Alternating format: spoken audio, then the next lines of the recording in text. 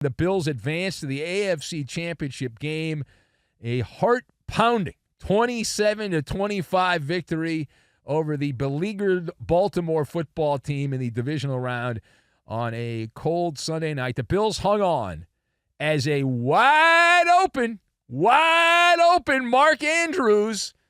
He had it right there, two-point conversion, pass from Lamar Jackson. Ball bounced off his chest, right off his chest, with 1:33 left. Now, the Raven fan will say, hey, that's the end of the deal right there. That is it. That is, we effed up right there, and that's all. The Bills fan will say, well, even if he had gotten that, the Bills had 1:33. All they needed was a field goal to go down and win that game. Now, Jackson had connected moments earlier on a pass play to Isaiah Likely, a sliding pass play, a 24-yard touchdown there. The Ravens had the chance to win the game. They had to tie the game and then eventually win the game. But you have to tie before you can win, and, well, we know what happened. So the Bills advance to the AFC Championship game, where next Sunday against the number one seed, Kansas City, the two-time defending champion Chiefs. More on their game later as we work our way through the overnight. Buffalo snapping a three-year run of being eliminated in the divisional round of the playoffs. Now, it is a familiar matchup. We have seen this many times. Buffalo's been eliminated by Kansas City in three of the past four postseasons. So let us discuss the question. Does tight end Mark Andrews of the Baltimore football team deserve all the heat that he is getting for this performance against Buffalo? So I've got Southwest Airlines, Vanity Mirror, and Santa Claus. And we'll combine all of these things together, and we are going to make TikTok, which no longer exists for now. No more TikTok. All right, so to answer the question, does Baltimore's Mark Andrews deserve the heat that he is getting for this performance against the Bills? Yes, I am nodding my head. It's kind of obvious here. Like, this is not Pop Warner. This is not high school. This is big-time professional football. It is a make-or-miss situation. You either make the play or you miss the play, and he missed it in splendid fashion with the razzmatazz of a stumble bum is how this went down for Mark Andrews. In fact, before Sunday, now, the Ravens tight end, Mark Andrews, before Sunday, all right, he had not dropped a pass since week 8. What a time. What a time to drop a pass. Now, this performance is like a nice tattoo, okay? It's like a tattoo. It's with you for life, okay? At age 29, Mark Andrews, he's got a few more years left in the NFL. And maybe he can get a different tattoo and tattoo over that tattoo with something more attractive. But that is how he is branded at this point. He had 2 drop passes in the divisional round here, including the 2-point conversion, and also a back-breaking fumble for Mark Andrews at the Buffalo 46-yard line. He fumbled the ball. That led to the Bills getting a field goal attempt that thus required the Ravens to go down and get the 2-point conversion.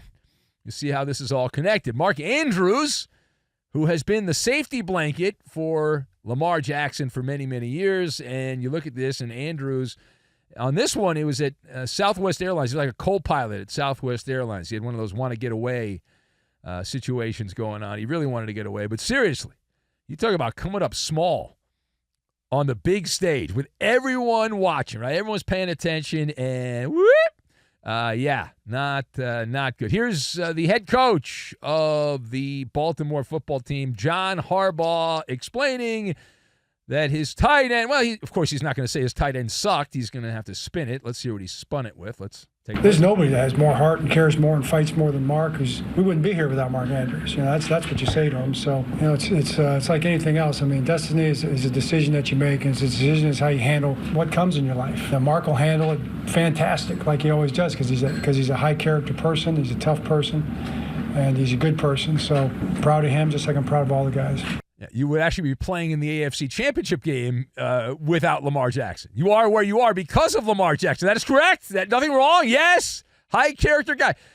Now, I don't pay close attention to every single Raven game, but does it not seem like Lamar Jackson has played poorly in many of these playoff games, and Mark Andrews has also not played well in a lot of these playoff games? Those two things are like parallel to each other in these playoff situations. Now, will Lamar Jackson, on the other hand here, will Lamar Jackson, with this loss, will he get a pass, a playoff pass, because he outperformed Josh Allen? Statistically speaking, we know you nerds out there. We know the nerds get all roused. They get the chubby for the stats. So will this give Lamar Jackson a pass because he had a dominant stat line? And the answer on that is thumbs down on that. No. Stats are for losers. Losers. Let me repeat that. Losers. There you go. All right. It was a 3-dog night for the Ravens. A 3-dog night for the Ravens here. Miscues, penalties, and mental errors. Now, they didn't have a ton of penalties, but they certainly counted. 5 penalties, gave up 2 first downs to Buffalo in this game. Buffalo scored 10 points off the miscues. Baltimore turned the ball over not once, not twice, 3 times. That led to 10 points. You can do the Maller math on that, how it turned out. And Lamar Jackson continues to be star-crossed. And the theory on this is back on draft night when he was coming out of Louisville and entering the NFL. There was a big party, and somewhere in the party, Lamar accidentally took one of those vanity mirrors and broke it. He broke the vanity mirror, and that gave him 7 years of bad luck. But it only affects the playoffs because in the regular season, there is really no bad luck for Lamar Jackson. It's just playoff Lamar. That's where the glitch happens. 7 years bad luck, and oh, by the way, this would be his 7th year in the NFL. Now, the concern is he actually broke 2 vanity mirrors at that party. Therefore, he's got 14 seasons of bad luck, which means 7 more to go. Good luck on that. Now, last word. Let's go to the Buffalo side of things. Here we go. Buffalo, Bills Mafia. They're all excited, right? Going to Kansas City to lose again to the Chiefs. Here is Josh Allen. We have some audio here. Listen to Josh Allen. There was a theme both on the field and then after in the media interview room. Listen to Josh Allen and his commentary about where the Bills are at this point. Take a listen. Let's go to the audio. A lot of pride in that locker room. I said it in my post game. You know, we don't listen to the outside noise, but everyone was saying this and that about us, and we didn't have enough talent, weren't good enough to be in these positions, and our guys just continue to work hard, and we're internally driven. We love each other, and I think you saw how much we played for each other there. Okay, so we'll keep it simple. It's sports talk radio. It's late at night, so we're not going to make this too hard. We're not going to bend your brain here. The question, what stands out about Josh Allen? You just heard the sound, but what stands out about Josh Allen's comments about the Bills' naysayers? So it's rather obvious. It's standing out like a sore, throbbing thumb when you hear Josh Allen here. For a guy who doesn't listen, he's got really good hearing. Really, really good hearing. Josh Allen, right? Allen is like Santa Claus. He's omnipresent.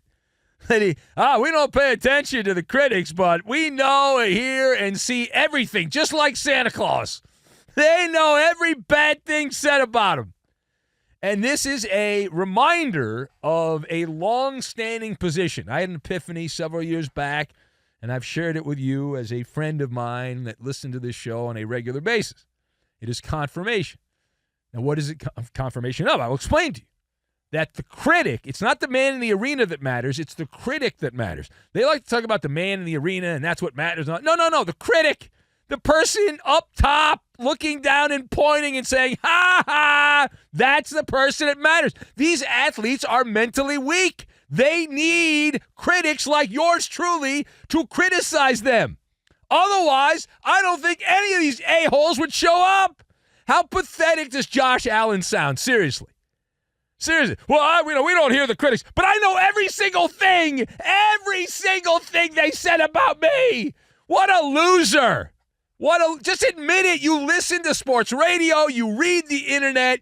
You are obsessed with what people are saying about you. That's the reality of the situation. And it's across the board.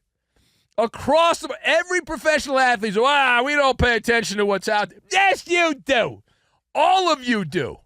Right? And this is the latest example. Play that again. Play Josh Allen. Listen to Josh Allen. Listen to this. A lot of pride in that locker room. I said it in my post game. We don't listen to the outside noise, but everyone was saying this and that about us, and we didn't have enough talent, weren't good enough to be in these positions, and our guys just continue to work hard, and we're internally driven. We love each other, and I think you saw how much we played for each other there. Yeah. We don't listen to the outside noise, but I hear everything. I hear every bleeping thing that's said. Yeah, just shut off your notification. They can't do it. They cannot do it. These guys are, you know how much money Josh Allen's making? He's worried about what the narrative is.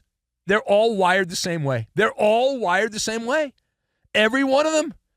My entire life, every team that wins a championship, nobody thought we could do it. It's going to be great when Kansas City wins the Super Bowl in New Orleans next month. And they get up on the day and say, well, people didn't believe in us. They didn't think we could win 3 in a row. It's going to be the same thing. Everyone's wired the same way. Block out the noise, all this stuff. If you block out the noise, they wouldn't be able to play. Shut off the notifications. They got no help, no hope, no hope, no hope.